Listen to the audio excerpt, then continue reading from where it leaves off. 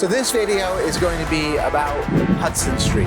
Again, we're just moving down here to 8th and Hudson, where now we are right on the edge of where Stevens kind of comes down into Hudson Street on one side. And it tends to be a little bit less neighborhoody right here on this particular block because you have one side that's really all Stevens. You have parking lots, and then you have some buildings and things here. And the other side, you have an actual church that's not condos, and then you do have some apartments and condos and brownstones here for the block here between 7th and 8th Street. Again, because you don't have buildings on the other side, well, one of the positives of it is that you might get a little more parking right here because there's not two sides of the street to fight for the parking. However, it is a little less neighborhoody. So the 7th Street block is probably maybe the most challenging block from a real estate perspective because you saw all the stuff uptown that was like a little bit closer to the ferry, a little bit more traditional brownstones and mansions north of 8th. And then as we start to get down a little bit south of here, then you're starting to really become in the orbit of conveniently walkable to the path for a lot of people. 7th Street is almost like the one kind of the middle section where you're not quite uptown and really kind of cool mansion-y, and you're not quite close enough to downtown where, this is like walkable. So 7th Street tends to be your most value for the buck on Hudson Street, simply because it's a little bit of a location thing. Because now once we get down here into 6th Street, between 6th and 7th, then you start to say, okay, now what do we have going on here? So we have Stevens, some more Stevens buildings over here on the left-hand side.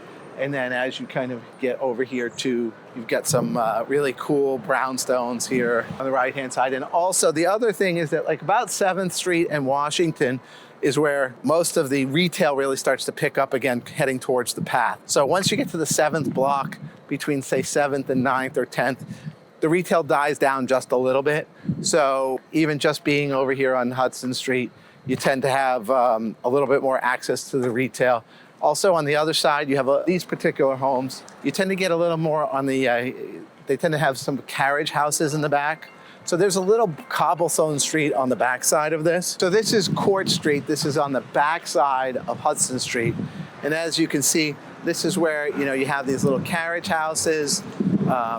Here in the middle of the street, those are like those little buildings that used to be carriages, and now they're like little apartments. Maybe the best example down here, you can see they're 2 stories above the parking. So in between, there's a yard, so that you get the front brownstone, and then you have a yard, then you have 2 stories, the building, rental, whatever you want, clubhouse, whatever, man cave, and then parking.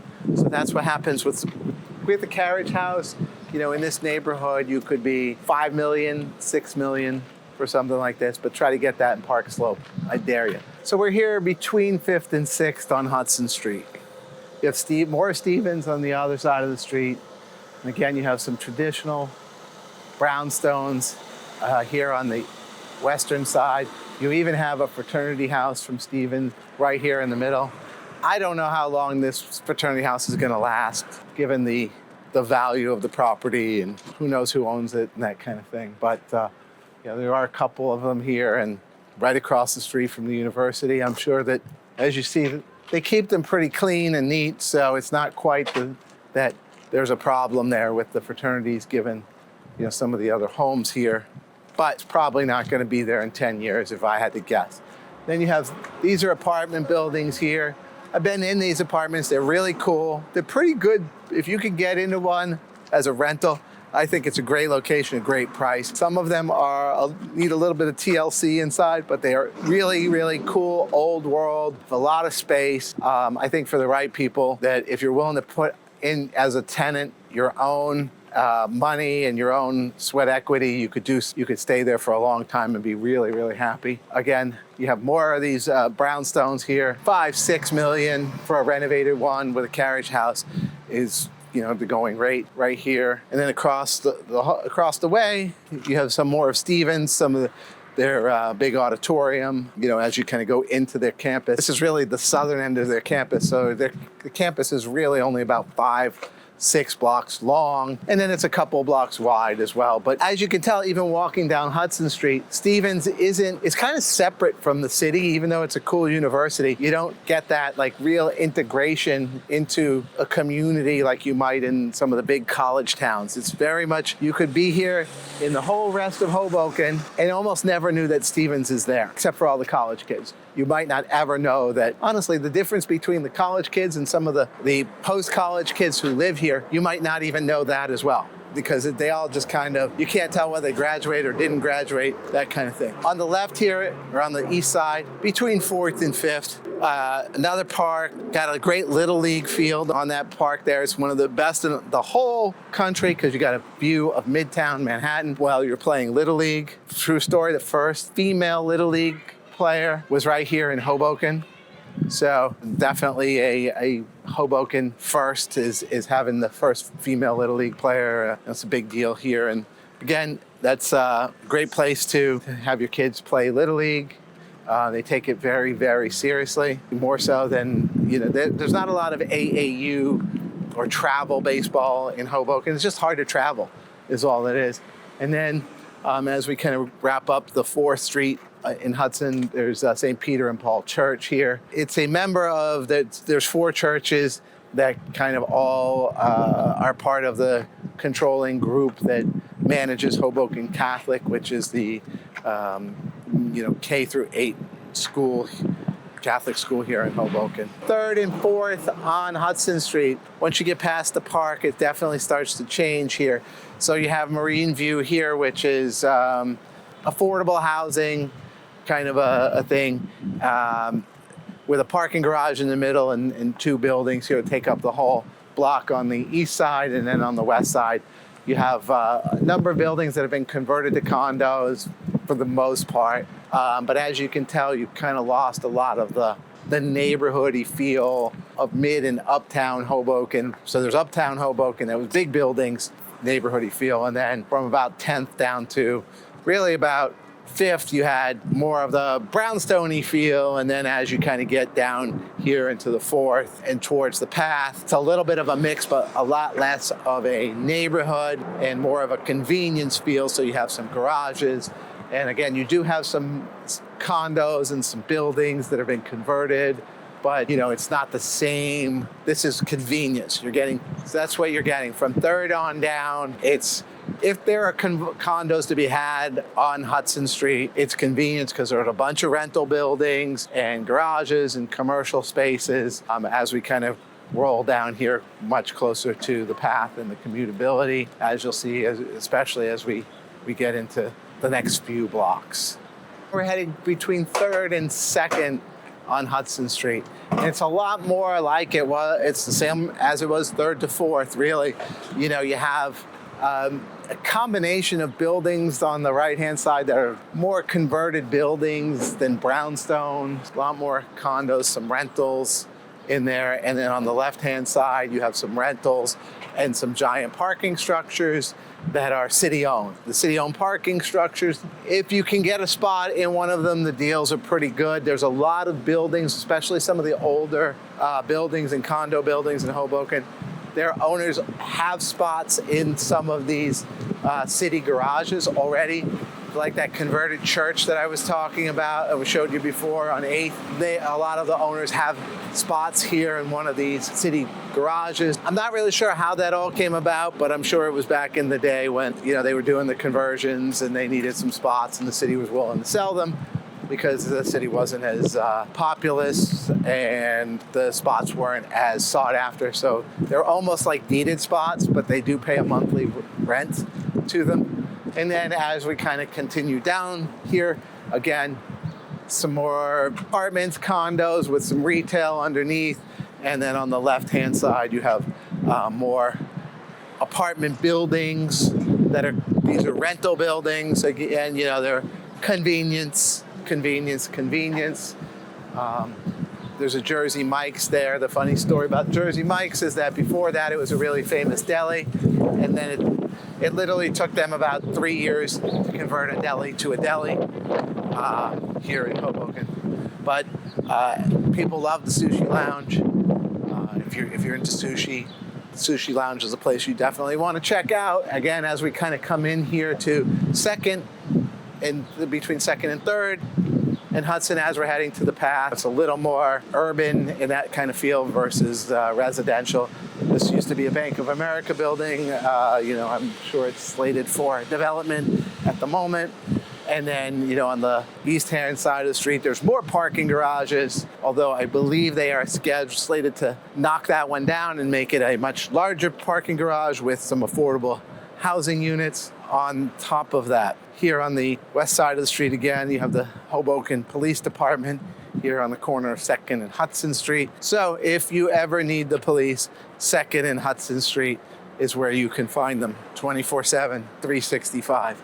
Here they are. Parking is very tight here on this block because the police do need parking spaces. And so they take up a lot of them, and they should. But if you lose your wallet or your ID, this is the place that I recommend you check in, because a lot of times people will find your wallet, your ID, and they will post it on one of the Facebook groups, but they will also return it here to the police department on 2nd and Hudson. So definitely keep that in mind as you're kind of coming down here and through. There's some commercial space and urgent care and a few more restaurants right here as we kind of get to 1st and Hudson Street. Now we are 1st and Hudson Street. We are definitely within the orbit of the PATH train. You're going to notice a definite feel that changes to, wow, there's a lot more city, a lot more sidewalk kind of activity going on here. Meaning that you have pizza places and flower places and coffee shops and things that are right here as we kind of get down closer to the path. This is where people are commuting. They're coming off the path 2 blocks away. They're walking up these blocks here.